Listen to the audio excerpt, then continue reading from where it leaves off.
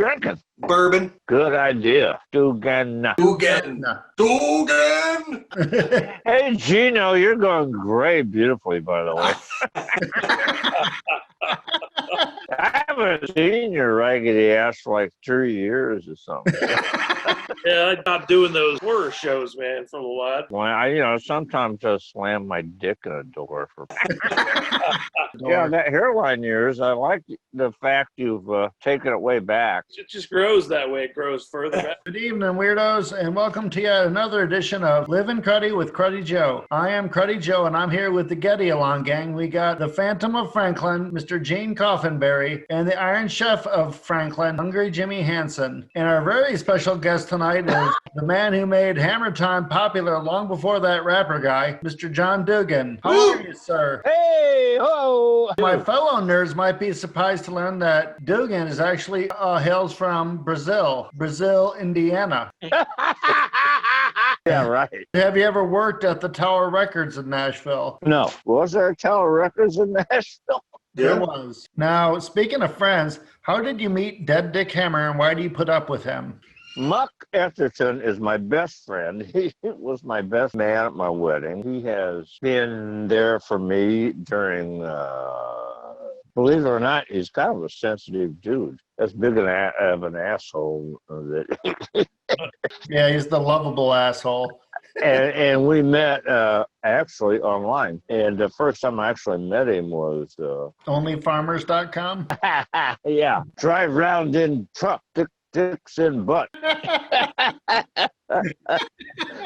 Here at farmers.com, we'll drive around in trucks, dicks in butt. And first time I met him was at what's the big Lexington show? Fright Fest or Fear Fest, or the horror convention in Lexington. Yeah, that's the Fear Fest. And I first met him in person there. Was it a pride rally? He goes to all of them. Well, he should, you know. We've done studio work together. We're good friends, you know. When I was going through a rough time, going through a divorce and everything, he goes, why don't you come down here and stay for a week or so? Just fucking chill out. That sort of thing. And, you know, things like that. You know, the guy's like multi-talented fucking, he's so totally fucking OCD. He has to have like 8 fucking things going at once or he gets fucking antsy. It's a thin line between genius and insanity, they say. Mm-hmm. I'm walking, talking proof of that shit. I jumped the line to idiot. How long did you live in Chicago? Oh, Jesus, 20. I lived there from 1972 until, and I left, went to LA for a few years. I moved back, and then I left, went to San Francisco for a few years, and I moved back. So on and off from 1971 till 1989. So like, what, like 18 years. And math checks out. Yeah, confirmed.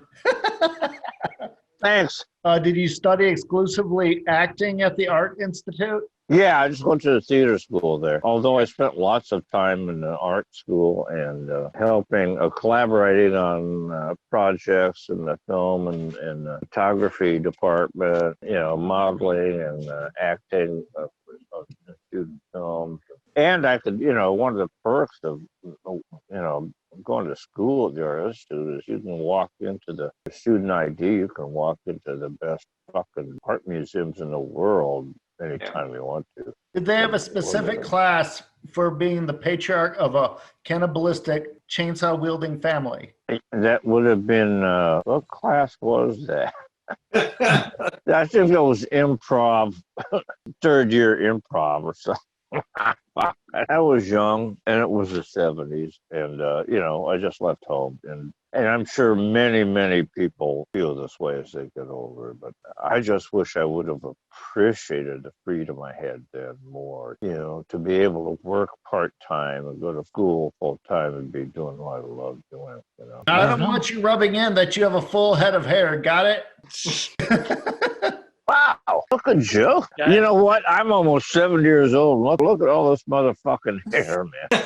I know. I said don't. And I'm a cancer.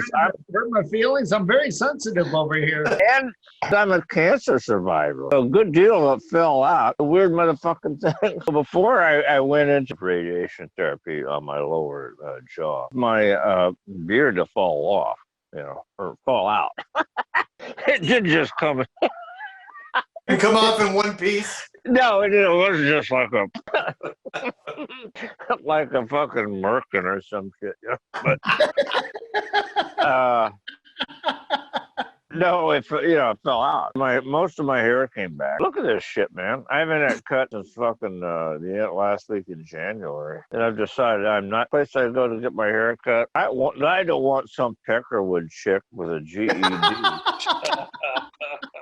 In my face for fucking half an hour or 45 minutes, cut my hair. So I've decided I'm waiting until Trump's out of office until I ever cut it again. You hair-having motherfuckers. Joe's just jealous. You know what? You could, hey, Joe, Cruddy, have you thought about growing out your eyebrows and brushing them back? Or your nose hairs, maybe? Well, you guys should see how long my bush is right now.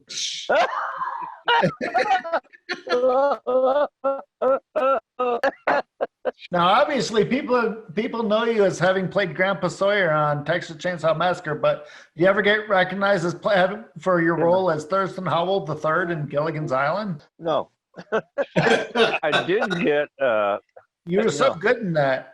You were in an iconic film, but in a role that didn't allow the public to see your face. Yeah. It was just two of you guys that were not recognizable for that. But it's definitely iconic as hell, that's for sure. When you guys were filming that first movie, did they clarify the relationship of Jim Sydow and the chef and all that? I mean, in later movies, they tell you who's who and what the relationship is. I don't think in the first movie, if you just watch the movie, that they really clarify other than maybe that... It's not real clear if you watch the film, but we knew that they were all brothers. I mean, we were made quite aware of that. Okay, so they clarified that. Yeah, you know what? I think the interesting story for somebody to pursue, if they want to do another Chainsaw film, was like what happened to Mom and Dad. You got three brothers and Grandpa. Well, that's kind of where it was going. I had always thought initially, there was a small window of having seen the first one before the second one came out for me. I thought that Jim Sydow was the dad. For a brief period. Well, he wasn't really old enough to be their father. I was also a teenager. He gives that appearance. They don't even clarify. You've seen the first movie. There's a lot of question marks that if you haven't seen any of the other, ones where they try to clarify things, you don't have any idea what's going on other than this is just... I really have never seen I've never seen the third one or the fourth one. No, well, I was in the fourth one, but I've never seen it. Yeah, the cop in the hospital. I've never seen it. I mean, they didn't send me a free copy, and I wasn't going to buy the motherfucker. Good choice. Never seen the fifth one, and then I was in the sixth one. Reprising your original role, if I'm not mistaken. Yeah, I've never seen the seventh one. I just don't. Another one in 2021 too. Remake. Oh, they're doing another one. They're making another remake. Yeah. Jesus, it's like a remake. This one's a remake of the remake, though. A reimagining of a remake. Totally different team of people that are doing it. Kim Henkel has control of the franchise again. He owns the rights. He's doling out. Well, thank goodness he got the rights back. Yeah, I heard he played a big role in the next generation. Fucking Lionsgate, Carl Mazzicone, had the rights to make 6 or 7 films. Had the option. They spent a shit pot of money for it. Stipulations in the option contract, was that they had to release a film every 2 years or something. There was a time limit on it. And they couldn't get the second one, which was called Leatherface. They didn't get it out in time. So after doing one film, or 2 films, I guess, they lost their option and just got the rights back. And all the money. Crazy. Ain't no dumbass. Yeah, I just stayed at his beach house last a little over a year ago. He's a good guy, a good writer. Well, I was reading that current project you're working on that you're actually lending your voice to. It's called Holy Shit. And it's about a woman who is haunted by the ghost of the devil's plumber. Is that what I read correctly? Did I read that right? I'm not making this up, by the way. I read this on... No. It's a no-budget and called Holy Shit Man. Dead Dick Hammer and I did the theme song for it. I played the devil on it. I did the speaking. Where did you find that out, Joe? I did some research. I tried to be somewhat prepared before I waste you all's time. Well, you done a good job. That's pretty fucking obscure. Well, I'm also looking forward to checking out your short movie, The Boogeyman. Oh, have you seen it? No, I want to because it looks like it's a more faithful adaptation of the Stephen King story than the 1980 movie. That was. I think it's really well done. I'm real pleased with it. Now, obviously, you're going to be remembered as Grandpa in Texas Chainsaw Massacre, but are there any other film credits you wish people would take some time to explore? Because you've done Oh, well, have you seen Rock, Paper, Scissors yet? Not yet, but I will if I will make an effort to. It's a film that I did a few years ago. It was written by Victor Brook Miller, who wrote Friday the 13th, Oh, cool. and a guy named Kerry Fleming. Is it a slasher? It's kind of a thriller, psychological thriller, slasher. It's not really slasher. It's about a serial killer. There is blood in it, and directed by Tom Holland from, Child's Play. And there's a couple nice boobies in it. Nice. No, I played the uncle of the serial killer guy and essentially turned him into the sexual serial killer that he is. I'm pretty sure I saw that. I think it was on one of the streaming networks, and What? Just say you fell asleep.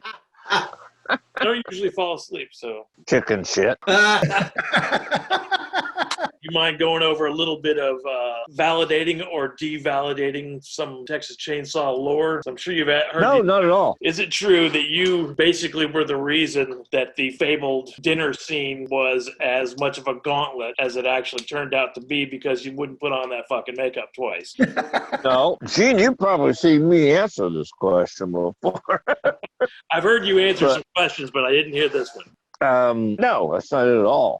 They had to shoot me out. No, I didn't. They didn't have another set of prostheses for me. So, and Jim Seedow had to leave. He had to go back to Houston and do a play. He had an obligation to do a play at the Alley Theater in Houston, and he had to leave and start rehearsal for that. So we just had to keep rolling because the two of us, they had to get us out of there, So that's what it was. Ed Neal is the one who's perpetuated the rumor. I was the one that said, I'll never put that on another fucking day. I never said that. I'm glad I didn't have to put it on another day, but I never. So that's fake news. Yeah, it's fake news, Jim. Thank you. So we're getting to the bottom of some of this fucking Texas Chainsaw fake news now. Yeah, bring on another one. That would have been a happy accident either way because that whole part of the movie is so fucking effective.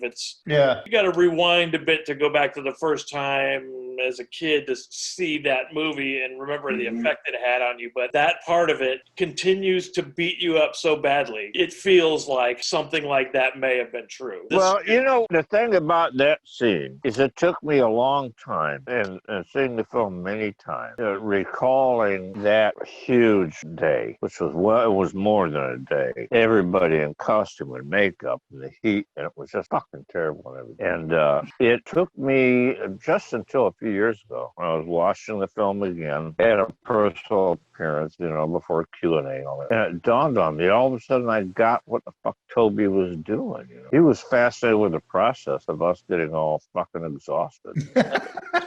And irritated, yeah. And he was thinking, I'll just keep pushing. And the son of a bitch, the way he worked, made no sense. Nobody works like this, particularly in film, because film is fucking offensive. Just the film stock itself, Right. He shot the way I would have done it.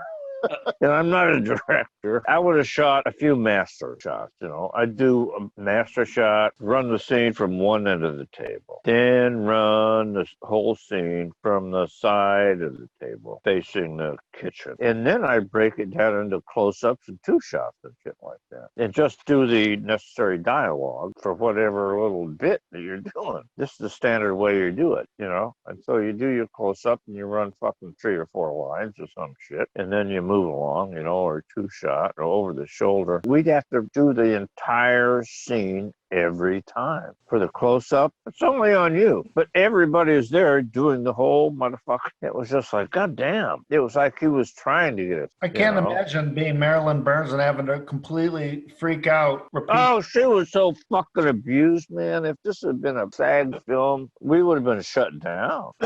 You know, we would have. Some union rep would go, whoa, what the fuck? Not to mention like the SPCA and the goddamn chicken in the Paris. That mangy ass fucking chicken. I was the one that had to stuff her in there. Hopefully some of the statutes of limitations have run out since then. No. Right, I got a couple more of these fake news or not fake news. Is it fake news that most of the cast did not eventually get along with Paul Partain, who played Franklin, after? Yeah, that's probably true. I got along great with Paul. I had no scenes with Paul.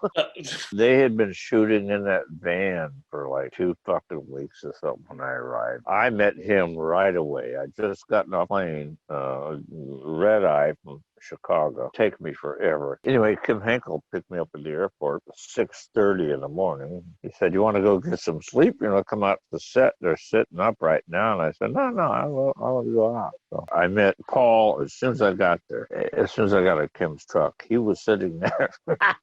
He was sitting there in his wheelchair. I love Paul Partain. He was a great guy. He was sitting in his wheelchair, and he'd taken some folding chairs, like lawn chairs, and set them sort of in a semicircle around his wheelchair, like in a conversation nook, for everybody to sit around and chat during their breaks. And he was sitting there all alone, and they were all over there. Everybody was over there. And he was like, "Hey, what are you doing?" I told him who I was, and I just got into town and everything. He goes, "Well, sidle on up here, partner, grab yourself a drink." and he had a fucking 60, I want to say it was a 66 or 67 Cadillac convertible with huge fucking fins on it. Real long, pointy fins, you know, Right. Like if you were riding a bicycle behind it and some bitch hit the brakes, you'd be dead. Totally fucking impaled. And the trunk was open. It was white with red leather interior. It was a sweet fucking car, man. Trunk was open. And it was an enormous, like, construction site size cooler. And it was filled with bottles of Coca-Cola and cans of Budweiser. 7 a.m., I'd been up all night, so I grabbed a beer, sat down with him, and we became fast friends. However, with the people we actually had to act and do scenes with, he never broke character, so they didn't realize that he wasn't just a whiny fucking asshole. But, you know, he's my favorite, really. I love them all. These people have been friends of mine for so many years. I love all their performances, but I just adore the character of Frank, you know, and the way that Paul did it. I can't imagine anyone else playing that role. I really can't. First half of the movie doesn't work without him. Yeah, He's right. fucking amazing. He's just fucking amazing. The thing I love about the character in this, you know, Kim Henkel is a very enigmatic sort of character. Hard to read, highly intelligent, extremely funny. If you really want to see what Kim Henkel is about, just watch Franklin. Watch the character of Franklin. Kim Henkel is the first fucking screenwriter ever to write an unsympathetic, crippled character. It's genius. It's comedy genius. You know? Oh, definitely. Make him as annoying as possible. But goddamn, that crippled guy's an irritating fuck. It cracks me up. Yeah, you know, there's that scene where he's first eating barbecue, and the part of the barbecue looks like a dick, and they said that wasn't a coincidence. Yeah. You know, the production assistant told her to go get some hot links, and she bought fresh ones. They weren't cooked. He was supposed to be eating them, but he couldn't because it was raw pork. So he just kept it in his mouth and used it as a prop like it was a cigar. It did look like a cigar. It worked out better, you know, because he didn't really eat it. Would you dispel or acknowledge that the scene where Leatherface is supposed to cut Sally, did he end up peeling a piece of tape off of the knife and actually cutting her, or is that just... No, it's true. Yeah, I'm not dispelling the fact. No, I'm saying no, it happened. Gimmick It was just an old bulb on the backside of the knife filled with stage blood. It was a little tube that ran out of it. But the blood, the diameter of the tube was too narrow for the stage blood to actually... Right. He couldn't get it going down there. And about the third time, we were all getting irritated. Gunnar was no stranger to getting irritated. let me tell you. So he just turned his back, took the fucking tape off and cut her. Like, fuck it. We'll be here all night. You must sacrifice for your art. Yeah, I drank Marilyn's blood.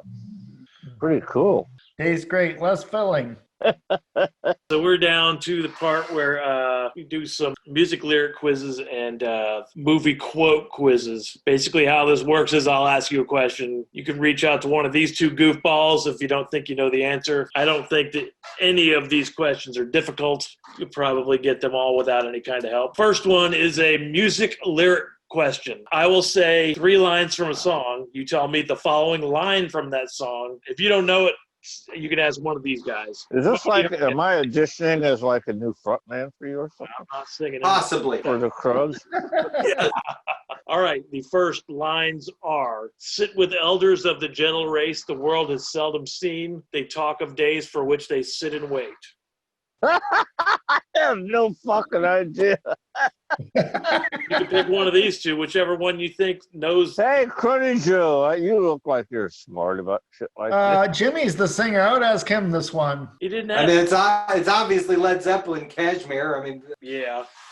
What's the next line? There you go. Sit with elders of a gentle race the world has seldom seen. They talk of days for which they sit and wait. when all will be revealed.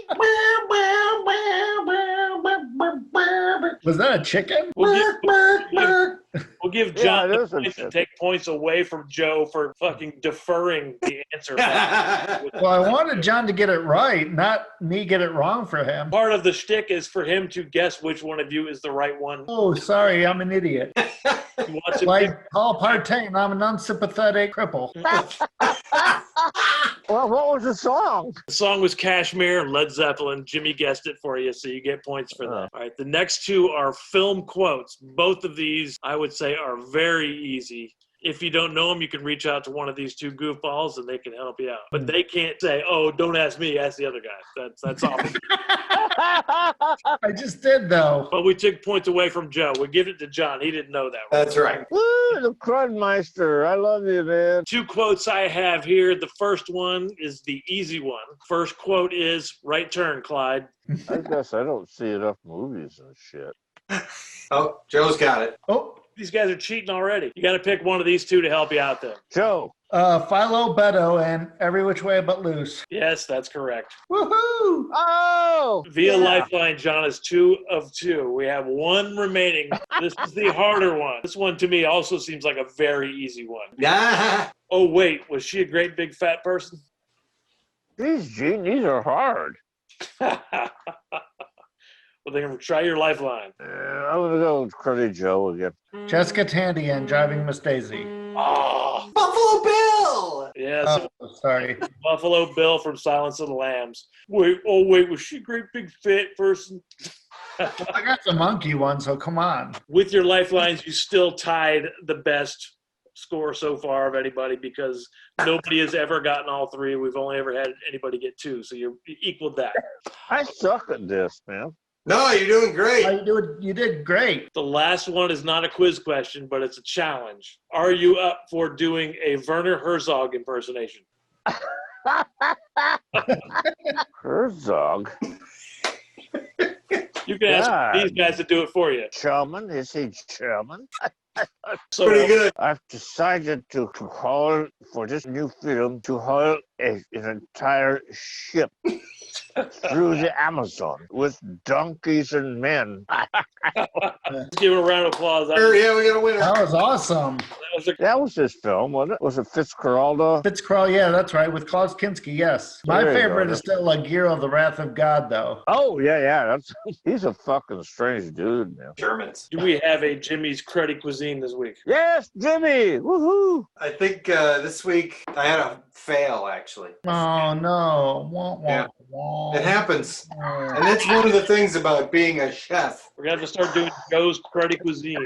I tried to make a banana cream pie this week, but apparently I used overripe bananas and no one would eat it. Plus my pie crust was undercooked. And then I burnt a pizza yesterday. I got to get my mojo back tomorrow. It was a rough week.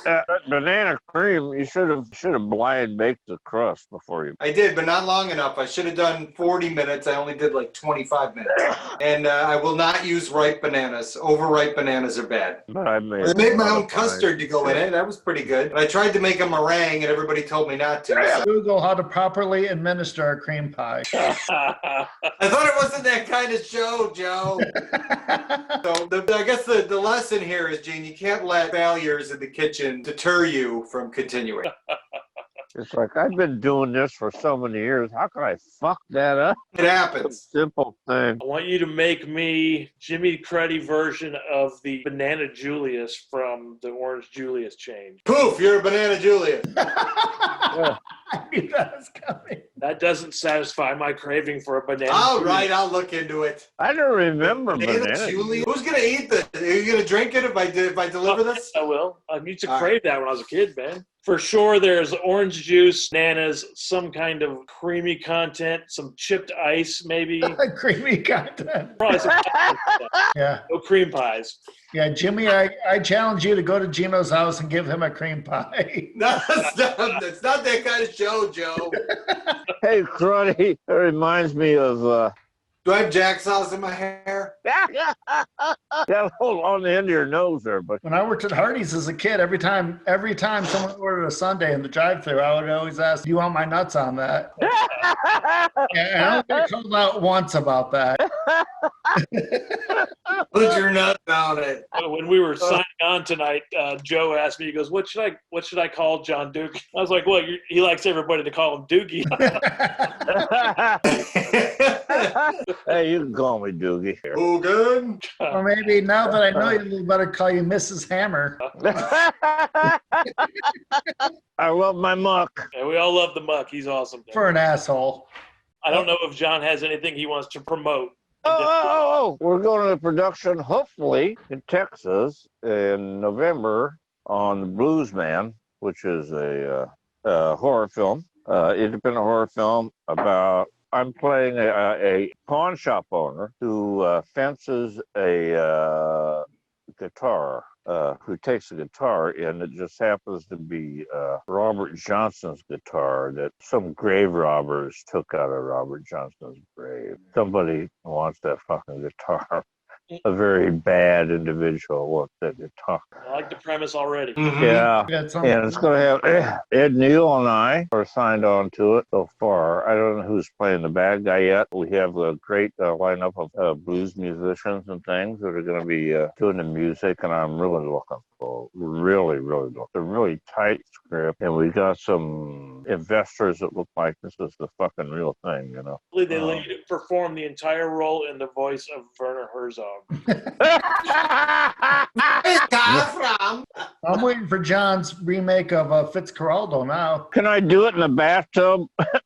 Wasn't that a bizarre film, Cruddy Joe? Wasn't that a bizarre fucking movie? Well, yeah, Herzog makes some surreal movies. But I also want to mention another movie that John was involved in called Bite, which was about, I kid you not, a millionaire stuck between a vampire cult and the lesbian mafia. Oh, you know what? Is this that fucking jackass wrote me into doing is it called Bite School or something like that? Bite Academy? Maybe Bite School. I thought it was just Bite, though. Yeah, I can't think of the guy's name right as him, but what he does, he just runs and guns. He goes to fucking, he hangs out at horror conventions and stuff. And then he talks people into he talks celebs into just doing a little cameo in some little film he's making, you know. And then in a year or so, he's managed to edit an entire film around everybody's cameos and fucking sells it. And nobody makes any money except for him. Last time I saw him was in Texas and he wouldn't even talk to me. he had somebody else come over and say, ask him if he wants to do a little bit in my new movie. Fuck no. Tell him to get the fuck. Hell yeah, fuck no. Sorry, that's a touchy subject with me. It's okay. It's okay. I mean, I'm glad you gave me a chance to talk about it. All right, well, that's all we got for this week, Weirdos. I just want to once again thank our very special guest, John Dugan, who was really awesome tonight. And we really appreciate your time, sir. I love you, Cruddy. I love you, man. I love you too, buddy. I love you, Jimmy.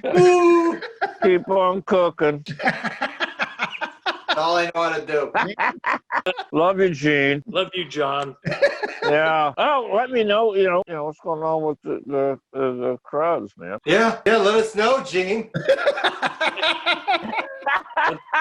Anytime. You ask me anytime, Gino. Fuck you, you fucking fuck chicken shit. Whoa. What the fuck? Yeah, right.